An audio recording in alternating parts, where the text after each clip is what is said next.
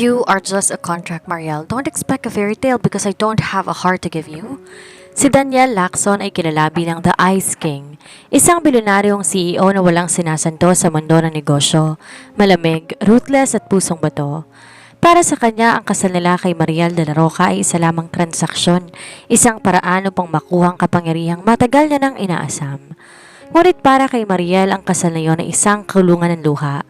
Sa gitna ng kanyang pagbubuntis, tayong panlalait, selos at kawalang pakialam ang ibinigay sa kanya ng asawa. Habang inaalagaan niya ang munting buhay sa kanyang sinapupunan, kailangan harapin ni Mariel ang pinakamahirap na tanong. Hanggang kailan mo kayang mahalin ng isang lalaking walang ibang ginawa kundi saktan ka? Sa isang madulang aksidente na maglalagay sa buhay na mag-ina sa panganib, mapipilitan si Daniel na harapin ang katotohanan. Sapat na ba ang yaman at kapangyarihan kung ang tanging mga taong nagmamahal sa kanya ay unti-unti nang nawawala? Isang kwento ng pagtitiis, pagbabago at ang himala ng salamin. Kapag nabasag, mahirap na itong muling mabuo. Pero paano kung ang pusong yun ay sadyang naging bato dahil sa hapdi ng nakaraan? Halina't sabay-sabay nating pakinggan ang nakakaantig na kwento ni Daniel Lacson, ang bilyonaryong CEO na itinapon ng kanyang puso, at Mariel de la Roca, ang babaeng handang itayang lahat para sa anak na nasa kanyang sinapupunan. Ito ay isang kwento ng kalupitan, pagtitiis at himala ng pagbabago. Samahan niyo kami sa paglalakbay sa mundo ng mga Lacson, kung saan ang pag-ibig ay hindi lamang isang pangako, kundi isang laban. Malamig ang hanging umiihip sa loob ng penthouse si Daniel Lacson, ngunit mas malamig pa rin ang titig na ipinupukol niya sa kanyang bagong asawa. Si Mariel, na suot pa rin ang kanyang wedding gown, ay nakatayo sa gilid ng kama. Nanginginig ang mga kamay habang hawak ang kanyang tiyan. Huwag mong isipin na dahil kasal na tayo, ay magiging tunay na asawa mo ko, Mariel. Bulyaw ni Daniel habang tinatanggal ang kanyang korbata. You are just a contract. Isang piraso ng papel na kailangan ko para makuha ang shares ng tatay ko. Hindi nakaimik si Mariel. Gusto niyang sabihin mahal niya ito noon pa man, ngunit ang Daniel na nasa harap niya ngayon ay hindi na ang lalaking hinangaan niya. Ito na ang heartless CEO na kinatatakutan ng lahat. At kung balak mong gumamit ng kung anong drum para makuha ang atensyon ko, itigil mo na. I don't care about you and I will never care about that child you're carrying if ever you think of dropping me more. Tumulo ang luha ni Mariel. Paano niya sasabihin na may buhay na sa loob niya? Isang buhay na bunga na isang gabing pagkakamali na akala niya ay simula ng kanilang pagmamahalan. Ngunit naging simula pala ng kanyang kalbaryo. Maagang nagising si Mariel dahil sa matinding pagsama ng kanyang pakiramdam. Takbo siya sa banyo at doon sumuka ng sumuka. Nangihina siyang napaupo sa sahig ng banyo, sa ang kanyang dibdib na tila kinakabog ng kaba at saya. Hawak niya isang pregnancy test kit na kanina pa niyang tinititigan, 2 guhit, positive. Salamat, Panginoon, bulong niya habang humahaplos sa kanyang patag pang tiyan. Sa gitna ng kalupitan ni Daniel, ang balitang ito ang nagsisilbing liwanag sa madilim niyang mundo. Akala niya kapag nalaman to ni Daniel, baka sakali magbagong ihip ng hangin. Baka sakaling makita nito ang halaga niya bilang asawa at ina ng kanyang magiging anak. Dahan-dahan siyang lumabas ng banyo at nakita si Daniel na nag-aayos na ng kanyang mamahaling suit sa harap ng salamin. Napakakisig nito, ngunit ang aura ay tila pader na hindi matitibag. Daniel, tawag ni Mariel, bahagyang nangangatog ang kanyang boses. Lumingon si Daniel, ang kanyang mga mata nananatiling malamig at walang pakialam. Ano na naman? Kung perang kailangan mo, nasa ibabaw ng table ang card ko. Gamitin mo yan at huwag mo akong istorbohin. Hindi perang kailangan ko, Daniel. Matapang na sabi ni Mariel.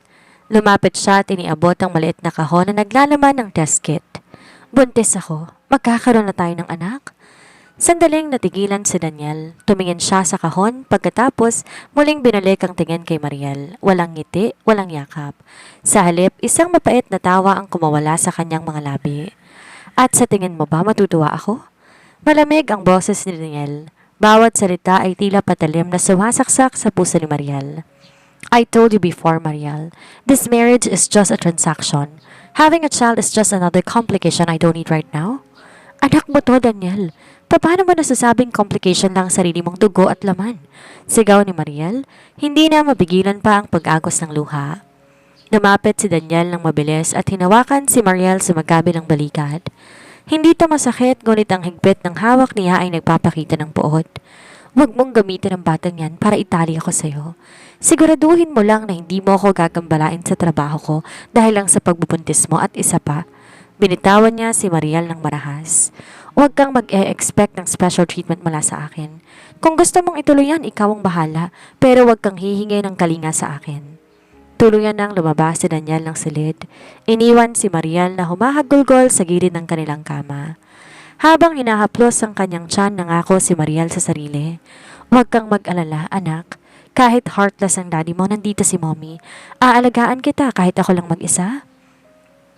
Ilang linggo nang lumipas mula nang ibalita ni Mariel ang kanyang pagbubuntis, ngunit tila mas lalo pang naging yelo ang pakikitungo ni Daniel sa kanya. Madalas tong gabing-gabi na umuwi at kung minsan, di na to natutulog sa kanilang silid. Ang tanging kasama ni Mariel sa malaking mansyon ay ang mga katulong at ang lungkot na unti-unting kumakain sa kanyang sistema. Isang hapon habang naglalakad si Mariel sa garden para makakuha ng sariwang hangin, nakaramdam siya ng matinding pagkahilo.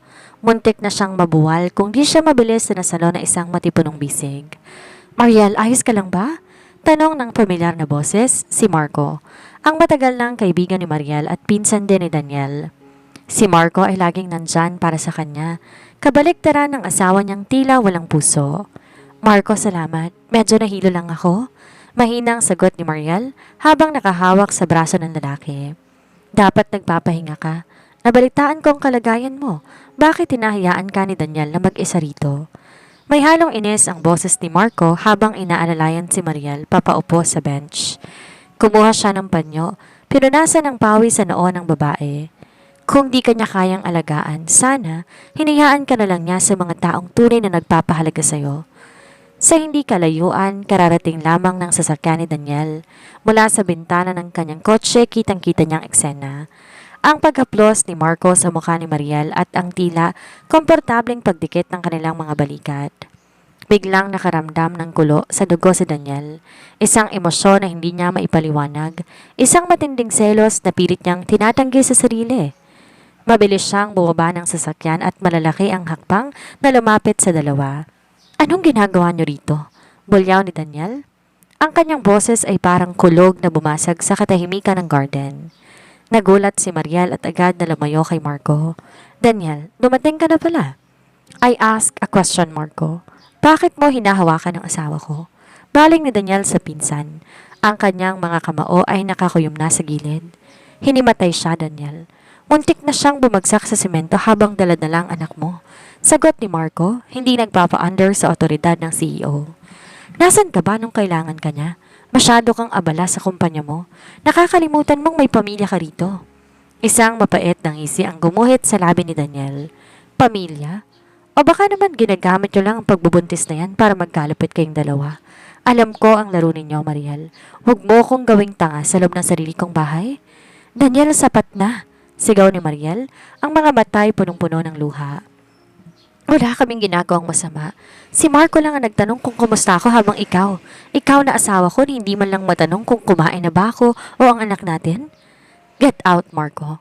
Bago ko pa makalimutan na magkadugo tayo, banta ni Daniel, di pinapansin ang pagsusumamo ng asawa.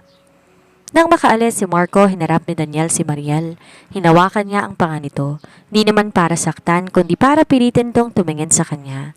Huwag na huwag kitang makikitang kasamang lalaking yan ulit. Akin ka, Mariel. Kahit hindi kita mahal, pag-aari kita. At ang batang yan, siguraduhin mong hindi mo ko ipapahiya. Binitawan niya si Mariel at pumasok sa loob ng bahay nang di man lang tinatanong kung ayos na bang pakiramdam nito. Naiwan si Mariel na nakahawak sa kanyang tiyan, nanginginig sa takot, sa sakit. Ang selos si Daniel ay hindi dahil sa pag-ibig, kundi dahil sa pagiging possessive nito sa mga bagay na itinuturing niyang kanya. Sumapit ang gabi na isang malaking charity gala para sa mga bilyonaryo sa lungsod. Si Mariel, nasa ikalawang trimester na ng kanyang pagbubuntis, ay masama ang pakiramdam. Ang kanyang mga paa ay nagsisimulang mamaga at ang kanyang likod ay tila ba binabali sa sakit. Ngunit higit sa pisikal na hirap, ang mas masakit ay ang malamig na pag-iwas si Daniel sa kanya mula nung huling pag-aaway nila tungkol kay Marco. Daniel, aalis ka ba? Tanong ni Mariel habang nakaupo sa gilid ng kama. Pinapanood ng asawa na nagsusuot ng isang mamahaling itim na tuxedo. May event ako, wag mo na akong hintayin. Maikling sagot ni Daniel habang hindi man lang tumitingin sa kanya. Sana samahan mo na lang ako rito. Kanina pa sumasakit ang balakang ko. Mahina ang pakiusap ni Mariel. Isang matalim na tingin ang binigay ni Daniel. Sinabi ko na sa iyo, Mariel, huwag mong gamitin ang pagbubuntis mo para pigilan ako sa mga obligasyon ko. You knew what kind of man I am when you married me. Heartless, ruthless, take your pick. Pero hindi ako magpapakulong sa apat na sulok ng kwartong to para lang bantayan ka. Padabog na lumabas si Daniel. Iniwan ang bango ng kanyang mamahaling pabango na humalo sa amoy ng luha ni Mariel. Madaling araw na nang magising si Mariel dahil sa tunog ng notification sa kanyang cellphone. Isang kaibigan ang nagtag sa kanya sa isang social media post. Nanginginig ang kanyang kamay nang buksan niya ang link. Doon nakita niya ang mga larawan mula sa gala. Si Daniel, ang kanyang asawa, ay nakangiti. Isang bihirang ngiti na hindi nito kailanman ibinigay sa kanya. Katabi nito ang isang magandang babae, isang kilalang modelo at dating nobya ni Daniel na si Samantha. Nakahawak si Samantha sa braso ni Daniel at tila napakasaya nilang dalawa. Kaya pala ayaw mong manatili dito. Bulong ni Mariel habang tumutulo ang luha sa kanyang screen. Maya-maya pa narinig niya ang paghinto ng sasakyan sa baba. Pumasok si Daniel sa kwarto, amoy alak at tila nasa magandang mood. Ngunit nang makita niya si Mariel nagising pa at hawak ang cellphone, muling nagbago ang kanyang mukha. Bakit gising ka pa? Tanong ni Daniel, bakas ang inis. Sino siya, Daniel? Sino si Samantha sa buhay mo ngayon? Hinarap ni Mariel ang asawa, pinapakita ang larawan sa cellphone. She is a business associate. Wala kang pakialam doon? Sagot ni Daniel habang itinatapon ang kanyang coat sa sofa. Business associate? Pero bakit parang mas masaya ka pang kasama siya kaysa sarili mong asawa na nagdadala ng anak mo? Sigaw ni Mariel. Ang kanyang emosyon sumabog na. Sinasaktan mo ko, Daniel. Araw-araw unti-unti mo akong pinapatay sa lamig mo. Lumapit si Daniel. Ang kanyang mukha ay ilang pulgada na lamang ang layo sa mukha ni Mariel. Listen to me carefully, Mariel. I never promised you a fairy tale. I never promised you love. Ang anak na yan, responsibility lang yan. So stop acting like a victim. It's annoying. Tumalikod na si Daniel at pumasok sa banyo. Iniwan si Mariel na nakatayo sa gitna ng dilim. Sa madaling araw na yon, tanging ang hikbi ni Mariel at ang tibok ng puso ng sanggol sa kanyang sinapupunan ang nagbibigay ng ingay. Doon niya napagtanto na sa laban na ito siya ay mag-isa, ngunit kailangan niyang maging matatag para sa bata. Nagpatuloy ang mga araw na parang isang mahabang bangungot para kay Mariel. Ang tensyon sa pagitan nila ni Daniel ay hindi humuhupa at ang pagod ng kanyang katawan ay nagsisimula ng maningil. Dahil sa stress at kakulangan sa pahinga, unti-unti nanghina ang kanyang resistensya. Isang umaga, hindi na nakabangon si Mariel. Ang kanyang buong katawan ay tila nagdiningas sa lagnat at ang bawat paghinga niya ay may kasamang hapdi sa dibdib. Sa kabila nito, pilit niyang inabot ang baso ng tubig sa gilid ng mesa. Ngunit sa kasamang palad nahulog ito at nabasag. Eksaktong pagpasok ni Daniel sa silid, nakita niya ang asawang nakahiga, maputla at nanginginig. Sa halip na pag-aalala, ang unang lumabas sa bibig niya ay reklamo. Mariel, ano ba yan? Pati ba naman baso hindi mo mahawakan ng maayos? Asik ni Daniel habang inaayos ang kanyang cufflinks. May mahalaga akong board meeting ngayon. I cannot afford any distractions. Daniel, hindi ko kaya. Mahinang sagot ni Mariel. Ang kanyang boses halos pabulong na lang. Ang init ko, ang sakit ng tiyan ko. Sandaling natigilan si Daniel. Lumapit siya at marahas na hinawakan ng noo ng asawa. Napabitiw siya nang maramdaman ang tindi ng init nito. Sa isang saglit, dumaan ang kaba sa kanyang mga mata, ngunit agad tong napalitan ng kanyang nakasanayang pagiging heartless. Uminom ka ng gamot. Tatawagan ko ang sekretary ko para magpadala ng doktor dito mamaya, sabi niya sabay talikod. I have to go. Ang deal na ito ang pinakamahalaga sa kumpanya ngayong taon. Hindi pwedeng hindi ako sisipot dahil lang sa lagnat mo. Daniel, please. Pagmamakaawa ni Mariel, ang kanyang mga mata ay nandalabo na dahil sa luha at lagnat. Kahit ngayon lang, samahan mo ko. Natatakot ako para sa baby. Ngunit parang bingi sa Daniel. Ang tanging narinig ni Mariel ay ang tunog ng pagsara ng pinto at mabilis na paglayo ng yabag ng sapatos ng kanyang asawa. Iniwan siya mag-isa sa gitna ng matinding sakit.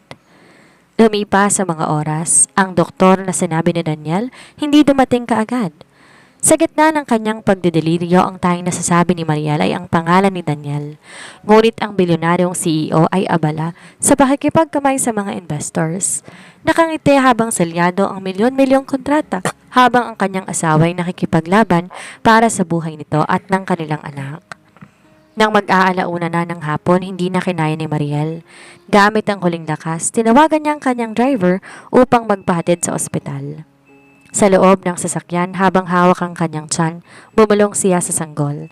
Lalaban tayo anak. Kahit ayaw tayo ng daddy mo, lalaban tayo. Pagdating sa ospital, agad siyang sinugod sa emergency room. Dehydrated at mataas ang komplikasyon dahil sa stress. Habang kinakabitan siya ng swero, ang tanging hiling ni Mariel, sana sa sandaling iyon ay magkaroon ng kahit kaunting puwang ang pag-ibig sa puso ng asawa niyang tila bato. Gabi na makarating si Daniel sa ospital. Bitbit pa rin niya ang kanyang briefcase at ang kanyang mukha, bakas ng pagod mula sa matagumpay na board meeting. Ngunit sa halip na relief ang maramdaman nang makitang ligtas si Mariel, ang nanaig sa kanya ay ang inis dahil sa abalang dinulot nito sa kanyang schedule. Pagpasok niya sa private suite, nakita niyang gising na si Mariel, maputla at may nakakabit pang swero. Sa tabi niya nakaupo si Marco na agad tumayo na makita ang pinsan. Mabuti naman at naisipan mong sumulpot, Daniel. Matigas na sabi ni Marco. Halos mamatay na ang asawa mo sa taas ng lagnat. Pero nasan ka? Nasa isang dinner party? Umalis ka na rito, Marco. Hindi mo kailangan makialam sa pamilya ko. Malamig na tugon ni Daniel. Nang makaalis si Marco na puno ng galit, hinarap ni Daniel si Mariel. Di niya tiningnan ang namumugto nitong mga mata. Sa halip, kinuha niya ang isang envelope mula sa kanyang bag at inihagis to sa ibabaw ng kama. Ano to? Nanghihinang tanong ni Mariel. Buksan mo, utos ni Daniel. Nanginginig ang mga kamay ni Mariel habang binubuksan ang envelope. Nanlaki ang kanyang mga mata nang makita ang mga litrato. Mga kuha yon ng mga nakaraang buwan. Mga pagkakataong nagkakasama sila ni Marco sa garden, sa mall, at maging ang pag-alalay ni Marco sa kanya noong muntik na siyang mahimatay. Daniel, anong ibig sabihin nito? Magkaibigan lang kami ni Marco. Magkaibigan? O naghahanap ka ng kapalit habang abala ko? Putol ni Daniel. Ang kanyang boses puno ng puot. May nag-tip sa akin, Mariel. Sinabi nila na madalas kayong magkita ng palihim. Ngayon, sabihin mo sa akin ang totoo. Sa akin ba talaga ang batang yan?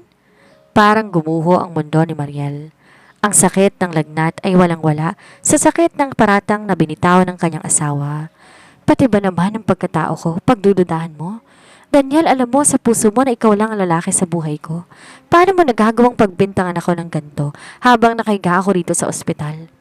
Heartless ako, Mariel. Hindi mo ba natatandaan? Lumapit si Daniel at bumulong sa kanyang tenga. Bawat salita parang lason. I don't trust anyone. Hindi ang tatay mo, hindi ang pinsan ko at lalong hindi ikaw. Huwag mong isipin na porke buntis ka ay nakuha mo ng tiwala ko. Once the baby is born, I will demand a DNA test. At kapag napatunayan kong niloloko mo ko, sisiguraduhin ko wala kang matitira kahit ang anak mo. Isang malakas sa sampal ang dumapo sa pisngi ni Daniel. Galing yon sa nanginginig na kamay ni Mariel. Lumabas ka, mahinang sabi ni Mariel, ngunit puno ng pinalidad. Lumabas ka, Daniel Lacson? Baka ang heart na sinasabi mong wala kay tuluyan ng naging bato. Hindi ko kailangan ng asawang walang tiwala.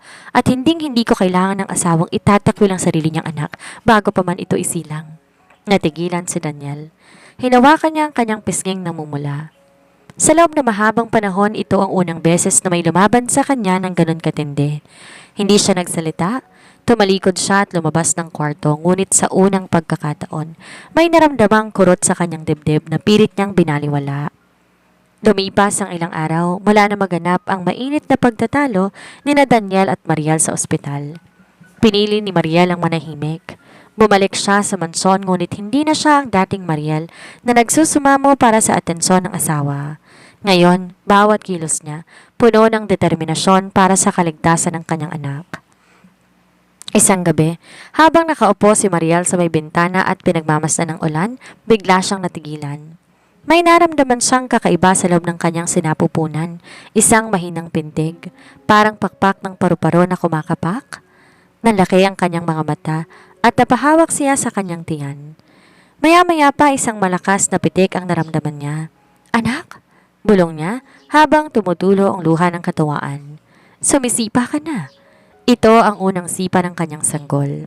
Sa kabila ng lahat ng sakit, ng stress at kawalang hiya ng kanyang asawa, naritong isang buhay na nagpapaalala sa kanya na hindi siya nabubuhay para sa kanyang sarili lamang. Ang pintig na iyon ay tila mensahe ng pag-asa na ganoman kadiwata ang mundo sa labas, may isang munting anghel na lumalaban kasama siya. Eksaktong pumasok si Daniel sa kwarto upang kumuha ng ilang papeles. Nanatili siyang malamig ngunit di niya mapigilang mapatingin kay Mariel na bakas ang kakaibang kislap sa mga mata habang nakahawak sa tiyan. Bakit ka umiiyak? Tanong ni Daniel, bagaman pilit niyang pinatitigas ang kanyang tono. Lumingon si Mariel. Ang kanyang mukha ay puno ng kapayapaan na hindi pa nakikita ni Daniel noon. Sumisipa na siya, Daniel. Ang anak natin? Natigilan si Daniel. Sa loob ng ilang segundo, nagkaroon ng katahimikan sa pagitan nila. May kung anong puwersa ang nagtulak sa kanya na lumapit. Ang kanyang kamay na sanay sa pagpirma ng mga malalaking kontrata at pagpapatakbo ng kumpanya ay dahan-dahang lumapit sa tiyan ni Mariel. Nang dumampi ang palad ni Daniel doon sa tiyan ng asawa, tila may kuryenteng gumapang sa kanyang buong katawan. Doon naramdaman niya ang isang malakas na sipa mula sa loob. Ang buhay na dati tinuturing niyang complication lang, biglang naging totoo sa kanyang pakiramdam. Mabilis niyang binawi ang kanyang kamay, tila napaso. Ang kanyang puso biglang tumibok ng mabilis. Isang emosyong matagal na niyang ibinaon. It's just biological movement. Pagmamatiga si Daniel, kahit na nanginginig ang kanyang boses. Huwag mong isiping dahil nararamdaman ko yan ay magbabago ng lahat. Hindi ko na inaasahang magbabago ka, Daniel. Kalmado ngunit matapang na sagot ni Mariel. Dahil ang sipang ito hindi para sa'yo, para ito sa akin. Pinapaalala lang ng anak ko na kailangan kong maging malakas dahil wala siya ibang maaasahan kundi ako. Hindi nakasagot si Daniel. Lumabas siya ng silid nang di man lamang lumingon, ngunit sa loob ng kanyang opisina, di niya maalis ang tingin sa kanyang palad. Ang sipang iyon ay tila bumasag sa isang maliit na bahagi ng yelong bumabalot sa kanyang puso. Ang tensyon sa pagitan ni Daniel at Mariel ay tila isang bomba na nagbabadyang sumabog. Isang gabi, matapos ang matinding diskusyon tungkol sa mga dokumento na nais si Daniel pirmahan ni Mariel, mga dokumentong maglalayo sa kanya sa karapatan sa kumpanya, uminit ang ulo ng CEO. Pirmahan mo na to, Mariel. Hindi ko kailangan ng drama. Siguraduhin lang nating maayos ang lahat bago lumabas ang batang yan. Sigaw ni Daniel habang pababa ng hagdan. Pera na naman. Yan na lang bang mahalaga sa'yo, Daniel? Ni hindi mo man lang tinatanong kung kumusta ang check-up ko kanina. Mariel followed him, her voice cracking. Pagod na ako, Daniel. Pagod na akong maging anino sa bahay na to. Kung pagod ka na, tumigil ka na. Just do what I say. Lumingon ng mabilis si Daniel. Sa kanyang pagmamadali at galit, hindi niya napansin, medyo madulas ang bahagi ng carpet sa itaas ng hagdan. Sa isang iglap na wala ng balanse si Mariel dahil sa pag-iwas sa mabilis na pag-atras si Daniel. Daniel! Isang matinis na tili ang umalingaw-ngaw sa buong mansyon. Mariel tumbled down the stairs. Parang tumigil ang mundo ni Daniel habang pinapanood ang kanyang asawa na gumugulong pababa. Bawat lagapak ay tila tunog ng nababasag na kristal sa kanyang pandinig. Tumigil si Mariel sa paanan ng hagdan. Walang malay at may bahid ng dugo na nagsisimulang mamuo sa kanyang binti. Mariel! Halos liparin ni Daniel ang mga baitang patungo sa asawa. Ang kanyang mga kamay na dati tila yelo sa lamig, nanginginig na ngayon sa takot. Mariel, gumising ka. Please, wake up! Binuhat niya ang asawa at sa pagkakataong to, wala ang Ice King. Ang tanging naroroon ay isang lalaking nilalamon ng pagsisisi. Manang, ihanda ang sasakyan ngayon na. Habang nasa loob ng sasakyan patungong ospital, nakasandal ang ulo ni Mariel sa balikat ni Daniel. Ramdam ni Daniel ang init ng dugo ni Mariel sa kanyang mga kamay. Dugo ng babaeng sinaktan niya at ng anak na hindi pa niya lubos sa tinatanggap. Patawad, Mariel. Patawad? Bulong ni Daniel. Ang kanyang boses ay nanginginig at may kasama ng luhang hindi niya mapigilan. Sa unang pagkakataon, hindi negosyong iniisip niya, hindi ang kanyang pride. Ang tanging panalangin niya ay huwag silang bawiin sa kanya.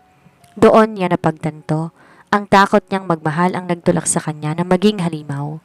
Ngunit ang takot niyang mawala sila ang nagpapakita sa kanya na may puso pa pala siyang tumitibok. Puti ang kisame, amoy gamot, at ang tanging tunog na narinig ay ang rhythmic na beat ng heart monitor. Dahan-dahang iminulat ni Mariel ang kanyang mga mata. Ang bigat ng kanyang talukap ay tila pasa ng buong mundo. Ngunit ang unang bagay na hinanap ng kanyang kamay ay ang kanyang tiyan. Anak, mahinang usal niya. Ang boses ay paos at halos hindi marinig. Ligtas siya, Mariel. Ligtas ang anak natin. Nagulat si Mariel nang marinig ang boses na iyon. Lumingon siya sa gilid at doon nakita niya si Daniel. Ngunit hindi ito ang Daniel na kilala niya. Ang kanyang buhok magulo. Ang kanyang mamahaling suit ay may mantsa ng tuyong dugo at ang kanyang mga mata mapula at puno ng pagod. Nakaupo ito sa isang maliit na silya sa tabi ng kanyang kama, tila hindi umalis doon kahit isang segundo. Hindi nakaimik si Mariel. Binaling niya ang kanyang tingin sa bintana, pilit na inaalala ang mga huling sandali bago siya mawalan ng malay. Ang galit ni Daniel, ang sigawan, at ang marahas na pagbagsak niya sa hagdan. Mariel, look at me, please. Pagsasumamo ni Daniel. Inawakan niya ang kamay ni Mariel, ngunit agad tong binawi ng babae. Bakit ka pa nandito, Daniel? Hindi ba't may meeting ka? Hindi ba't abala ka sa pagkuha ng mga shares at pagpapalago ng kumpanya mo?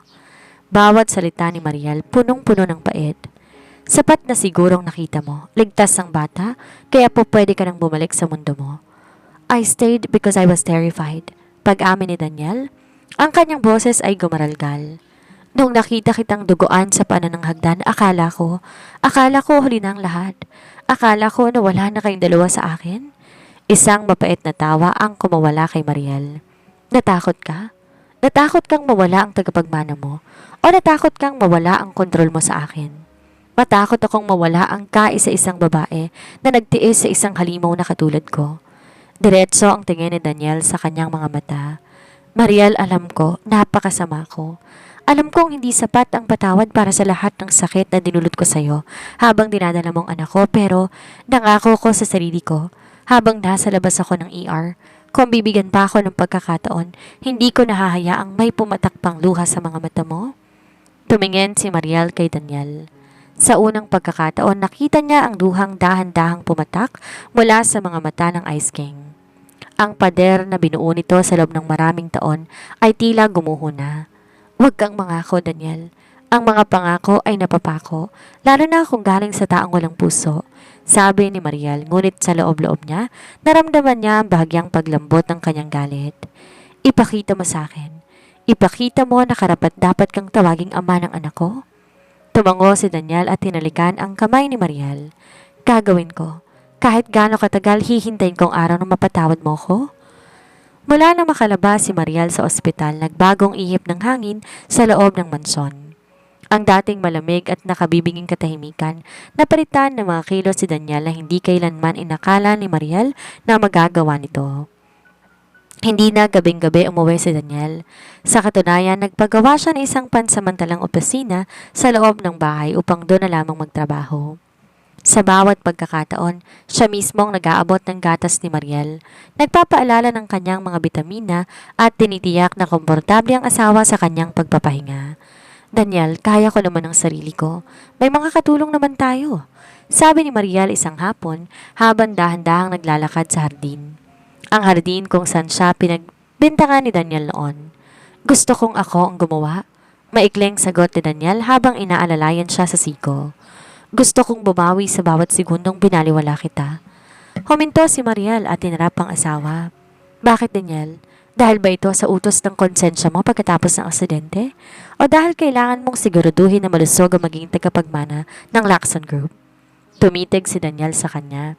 At sa pagkakataong to, hindi galit kundi lungkot ang rumeplika sa kanyang mga mata. Nung nasa hagdan ka at walang malay, hindi ko naisip ang kumpanya. Hindi ko naisip ang pera. Ang tanging nasa isip ko, paano ko hihinga sa mundong to kung mawawala ka? Mariel, ang pagsisisi ko ay hindi lang dahil sa nangyari, kundi dahil ngayon ko lang napagtanto na matagal na kitang mahal. Natatakot lang akong aminin dahil akala ko kahinaan yon. Hindi nakaimik si Mariel. Gusto niyang maniwala, ngunit ang mga sugat sa kanyang puso ay malalim pa. Isang gabi nakita ni Marial si Daniel sa nursery room na matagal niya nang inihahandang mag-isa. Nakita niyang asawa na nakatayo sa harap ng crib, hawak ang isang maliit na sapatos ng sanggol. Nakatalikod ito, ngunit kitang-kita ang pagbaba at pagtaas ng kanyang balikat, tanda na ito'y tahimik na humihigbi. Sana, mapatawad mo si Daddy, maliit na anghel? Bulong ni Daniel sa hangin. Hindi alam na nakikinig ang asawa. Sana bigyan mo ko ng pagkakataon na maging amang karapat-dapat sa inyo ng mommy mo. Doon ay naramdaman ni Marial ang katapatan ng asawa. Ngunit sa kabila ng pagbabagong ito, isang tawag ang natanggap ni Daniel. Kinabukasan na muling maglalagay sa kanila sa panganib. Si Samantha, ang babaeng naging metsa ng kanilang pag-aaway, ay muling nagparamdam. At may bitbit itong balita na maaaring sumira sa pamilyang pilit na binubuo ni Daniel. Isang gabi habang mahimbing na natutulog si Marial, nakarinig siya ng mahinang kaluskos sa baba. Dahil sa kuryosidad at kaba, dahan-dahan siyang bumaba at natagpuan si Daniel sa library. Nakabukas ang isang lumang vault at sa harap ng asawa ay may mga kupas na retrato at isang sulat na tila maraming taon na ang tanda. Daniel?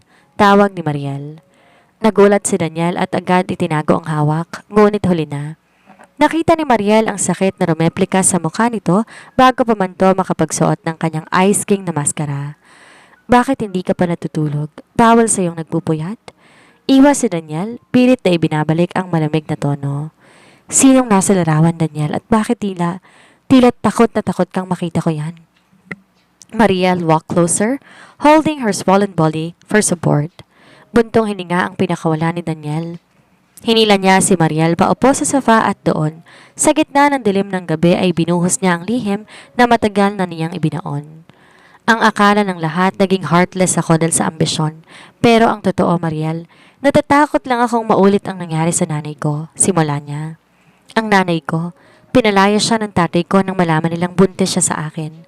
Akala ng tatay ko hindi niya ako anak dahil sa mga paninira ng ibang tao, katulad ng ginawa ko sa iyo sa ospital. Nanlaki ang mga mata ni Marial. Daniel? Nakita ko kung paano namatay ang nanay ko sa hirap habang nagtatrabaho para itaguyod ako. Namatay siya na may dalang sakit at kahihiyan dahil sa kawalan ng tiwala ng lalaking dapat ay nagpoprotekta sa kanya. Nanginginig ang boses si Daniel. Noong nalaman kong buntis ka, ang nakita ko hindi ikaw kundi ang nanay ko. Natatakot ako na baka saktan mo rin ako o baka hindi ko kayanan ng responsibilidad at maging katulad ako ng tatay ko. Kaya naging ruthless ako.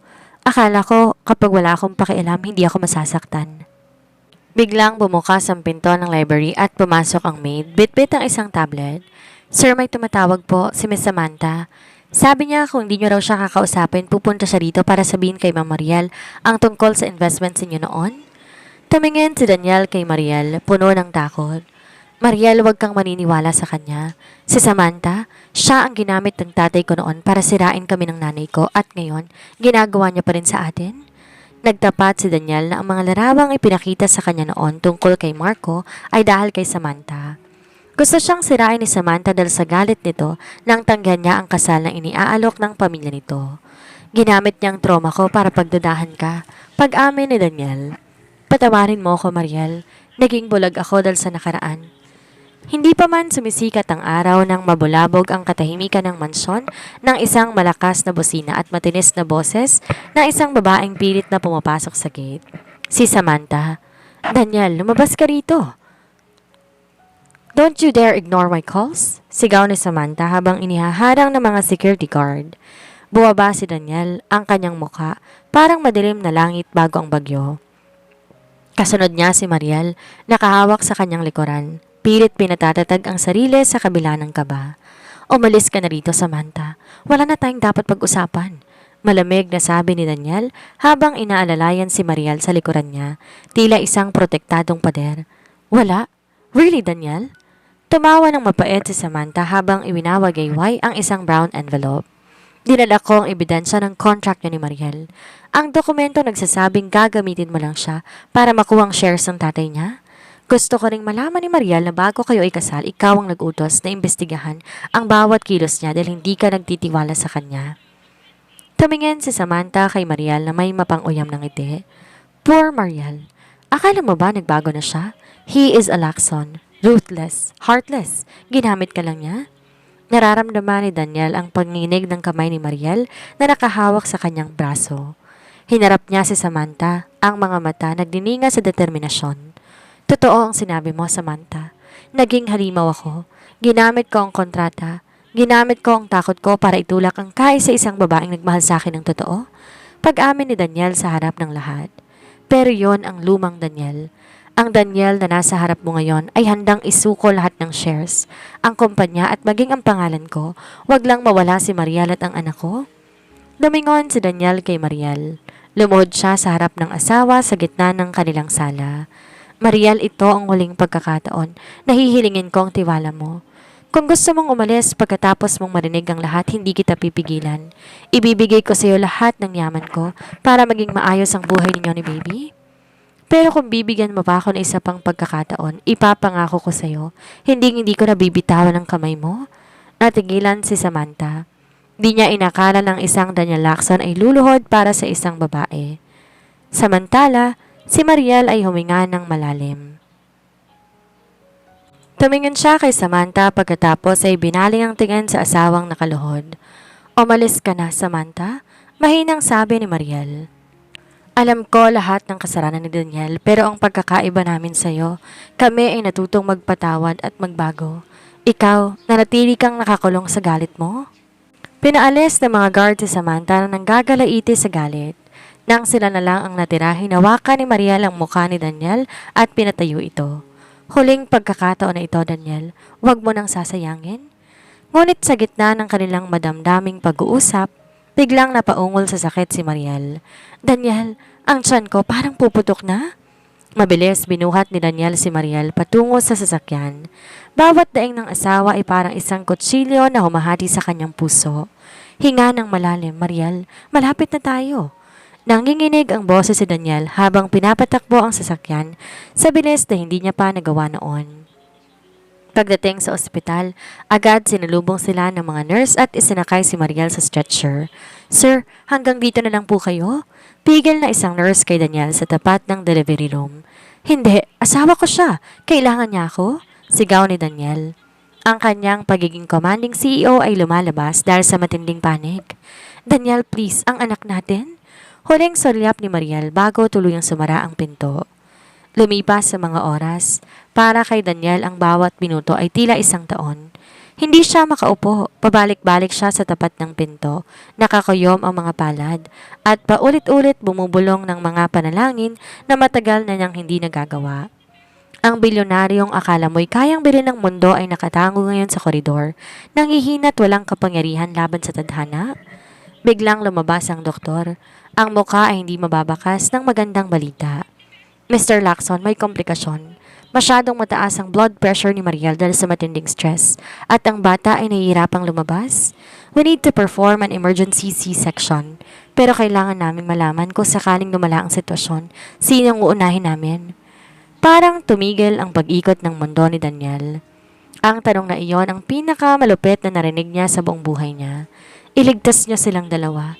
Ibigay niyong lahat ng kailangan ninyo, lahat ng pera, lahat ng eksperto. Huwag ninyong tatanungin yan. Sir, kailangan namin ng desisyon, giit ng doktor. Napahawak si Daniel sa pader. Ang heartless CEO ay tuluyan ng bumigay. Iligtas din niyo ang asawa ko. Iligtas din niyo si Mariel. Hindi ko kayang mabuhay nang wala siya. Ilang sandali pang lumipas na puno ng tensyon. Sa loob ng operating room nakikipaglaban si Mariel. Sa labas naman nakaluhod si Daniel sa sahig ng ospital, umiiyak ng tahimik. Doon niya naramdaman ang totoong kahulugan ng takot, hindi ang pagbagsak ng stocks kundi ang pagkawala ng kanyang mundo. Maya-maya, isang mahinang iyak ang umalingaw-ngaw mula sa loob. Isang iyak na bumasag sa katahimikan ng gabi. Lumabas ang doktor, may bahagyang ngiti sa mga labi. Congratulations, Mr. Lacson. It's a healthy baby boy. At maayos din ang lagay ng asawa mo. Pagod lang siya, pero ligtas sila. Napaupo si Daniel sa sahig. Hindi dahil sa panghihina, kundi dahil sa sobrang pasasalamat. Ang yelong bumabalot sa puso niya ay tuluyan ng natunaw ng unang iyak ng kanyang anak. Dahan-dahan pumasok si Daniel sa recovery room kung saan mahimbing na natutulog si Mariel. Sa tabi ng kanyang kamay isang maliit na crib na gawa sa salamin. Huminto si Daniel, tila natatakot na ang bawat hakbang ay baka makabulabog sa kapayapaang naroon. Dahan-dahan siyang sumulyap sa loob ng crib. Doon nakita niya ang isang maliit na sanggol. Mapula ang balat, may makapal na buhok at maliliit na kamao na tila humahamon sa mundo. Ang mga labi nito ay kawangis ng kay Mariel, ngunit ang hugis ng ilong at panga ay kopyang-kopya sa kanya. Daniel? Mahinang tawag ni Mariel na kamumulat lamang ng mga mata. Agad na lumapit si Daniel at hinawakan ang kamay ng asawa. Nandito lang ako, Mariel. Salamat. Salamat sa pagiging matatag. Nakita mo na ba siya? Nakangiting tanong ni Mariel, bakas ang pagod, ngunit may kakaibang ningning sa mga mata. Oo, kamukhang kamukha ko siya. Biro ni Daniel. Bagaman may halong panginig ang boses. Dahan-dahang binuhat ni Daniel ang sanggol, ang munting Daniel Jr. Sa unang pagkakataon na naramdaman niya ang bigat at init ng kanyang anak sa kanyang mga bisig, tuluyang naglahong anumang bakas ng Ice King sa kanyang pagkatao. Mariel, gusto kong humingi ng tawad muli, bulong ni Daniel habang nakatingin sa sanggol. Noong sinabi kong responsibility lang ang batang to, yon ang pinakamalaking pagkakamali ko. He is not a responsibility, he is my life. Kayo ang buhay ko. Hindi na sumagot si Mariel. Sa halip, hinila niya si Daniel papalapit at hinalikan ito sa noo. Alam niya na mahaba ang proseso ng paghilom, ngunit sa sandaling iyon sapat nang makita ang lalaking dating heartless ay umiiyak habang yakap-yakap ang kanilang anak. Nilabas si Daniel ang kanyang cellphone at nag-type ng isang mensahe para sa kanyang board of directors. I will be on an indefinite leave. My family needs me more than the company does. Binaba niya ang phone at itinuon lahat ng atensyon sa dalawang pinakamahalagang tao sa kanyang buhay. Ang dating malamig na mansyon ay naghihintay na ngayon para maging isang tunay na tahanan. Isang taon ang mabilis na lumipas. Ang mansyon na dating tila isang malamig na museo ng yaman at kapangyarihan, punong-puno na ngayon ng kulay, ingay at buhay. Wala nang mga dokumentong nakakalat sa dining table. Sa halip, palaging may mga laruan ni Daniel Jr. at ang mga gamit sa pagsusulat ni Mariel. Isang hapon, habang naglalakad ang mag-asawa sa kanilang garden, ang lugar kung saan dati ay puro sakit at hinala ang namamayani, pinapanood nila ang kanilang anak na sinusubukang humakbang sa damuhan. Daniel, tingnan mo siya. Masayang sabi ni Mariel. Parang kailan lang pinaglalaban ko pa ang buhay niya sa loob ng tiyan ko habang natatakot ako sa bawat galaw mo.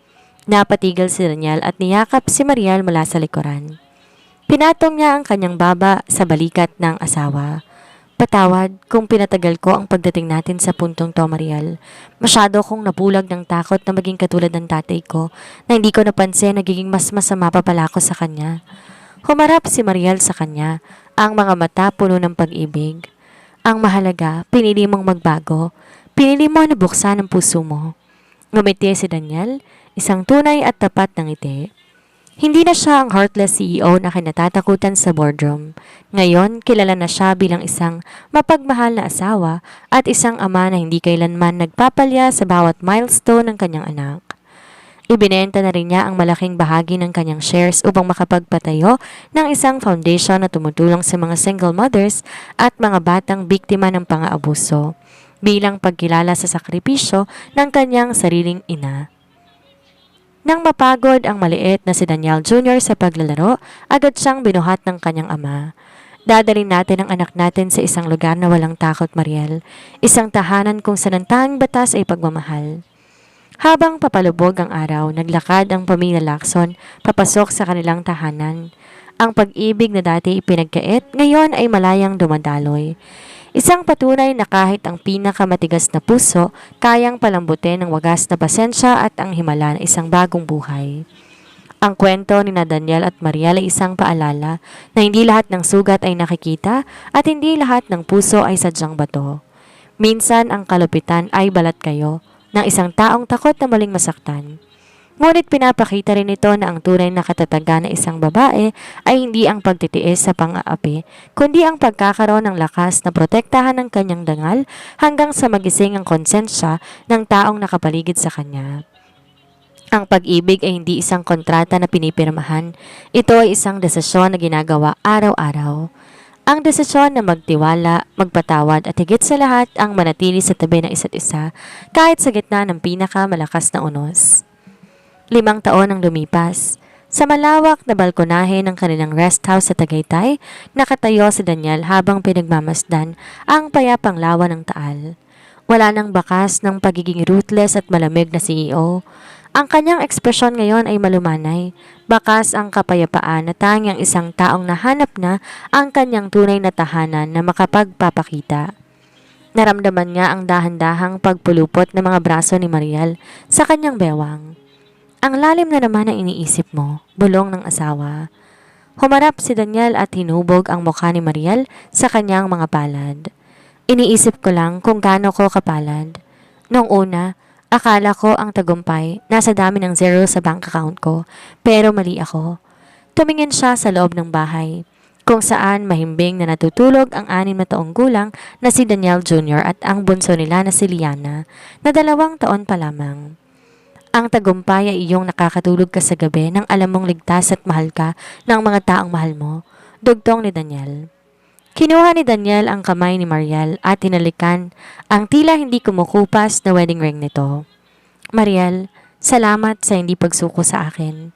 Nung panahong wala akong ibang ginawa, kung hindi saktan ka, ikaw ang nagsilbing angkla ko. Kung di dahil sa katatagan mo at sa pagmamahal mo sa anak natin, baka hanggang ngayon nakakulong pa rin ako sa yelong binuo ko sa paligid ko.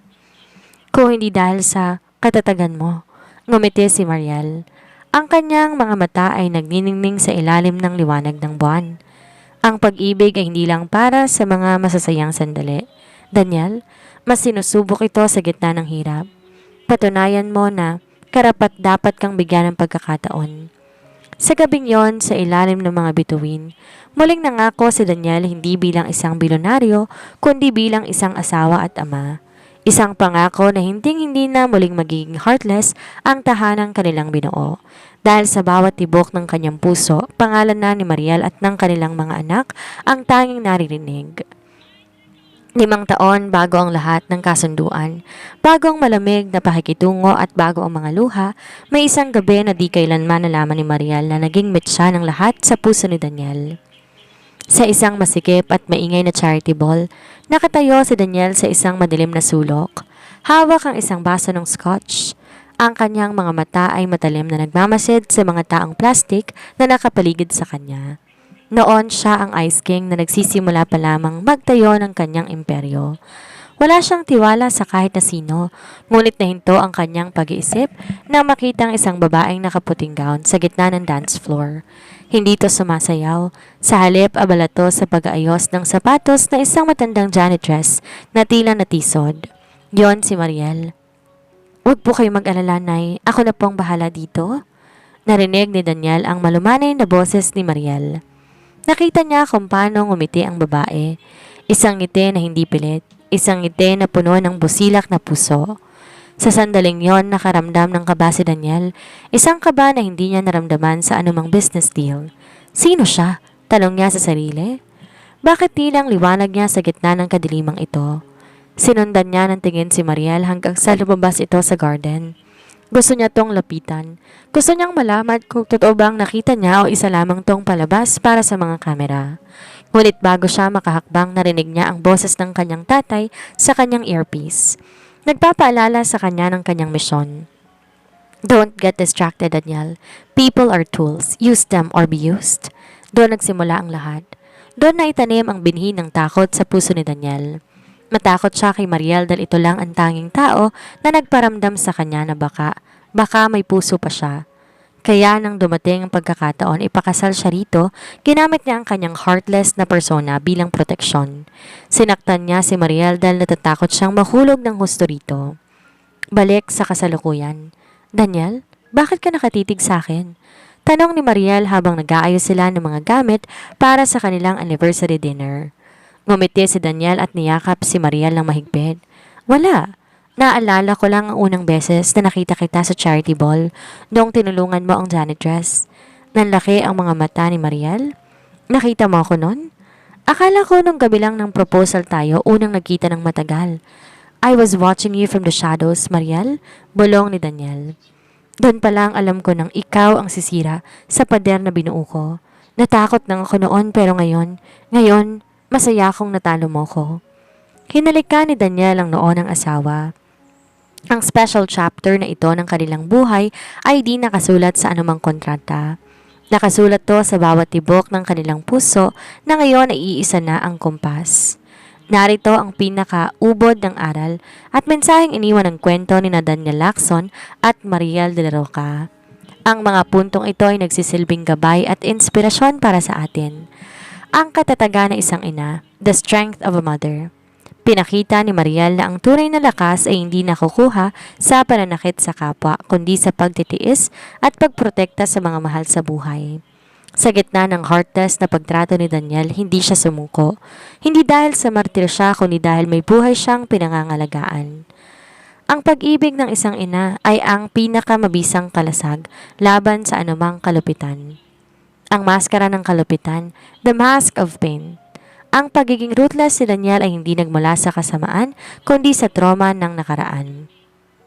Madalas, ang mga taong pinakamahirap mahalin ay silang mas nangangailangan ng pangunawa. Pinapaalanan nito na ang bawat halimaw ay may pinanggalingang sugat, ngunit hindi ito sapat na dahilan upang manakit ng iba. Ang pagbabago ay nagsisimula sa pag-amin sa sariling kahinaan. Ang kapangyarihan ng pagpapatawad, the power of forgiveness. Ang pagpapatawad ay hindi nangangahulugan na kinalimutan mo ng sakit. Ito ay ang desisyong wag nang hayaang kontrolin ng nakaraan ang iyong kinabukasan. Kung hindi pinatawad ni Mariel si Daniel, nanatili sana silang bilanggo ng kanilang galit. Ang pagpapatawad ang nagbukas ng pinto para sa muling pagsilang ng kanilang pamilya. Yaman versus tunay na halaga, wealth versus true worth. Sa simula, akala ni Daniel ay ang kapangyarihan at perang lahat. Ngunit sa oras ng kagipitan, nung nasa bingit ng kamatayan ng asawa at anak, napatunayan niya na walang saysay ang bilyon-bilyong piso kung wala kang uuwian na nagmamahal sa'yo. Ang tunay na kayamanan ay ang mga taong handang manatili sa tabi mo kahit wala ka nang maibigay. Ang himala ng bagong buhay, the miracle of new life. Si Baby Daniel Jr. ang nagsilbing tulay. Pinapakita nito na ang mga bata ay may dalang himala at pag-asa. Sila ang nagpapalambot sa pinakamatigas na puso at nagbibigay ng bagong layunin sa buhay ng mga magulang. Pangwakas na mensahe. Hindi nasusukat ang pagkatao sa kung gaano ka kabilis manghusga o magparusa, kundi sa kung gaano kalawak ang iyong kakayahang magbago at magmahal muli. Sa huli, ang pag-ibig ang tanging contract na hindi po pwedeng bawiin at ang pamilya ang tanging empire na karapat-dapat ipaglaban. Hanggang sa muli, maraming salamat sa patuloy na tiwala at suporta sa aking munting channel. Mag-iingat po kayong lahat palagi.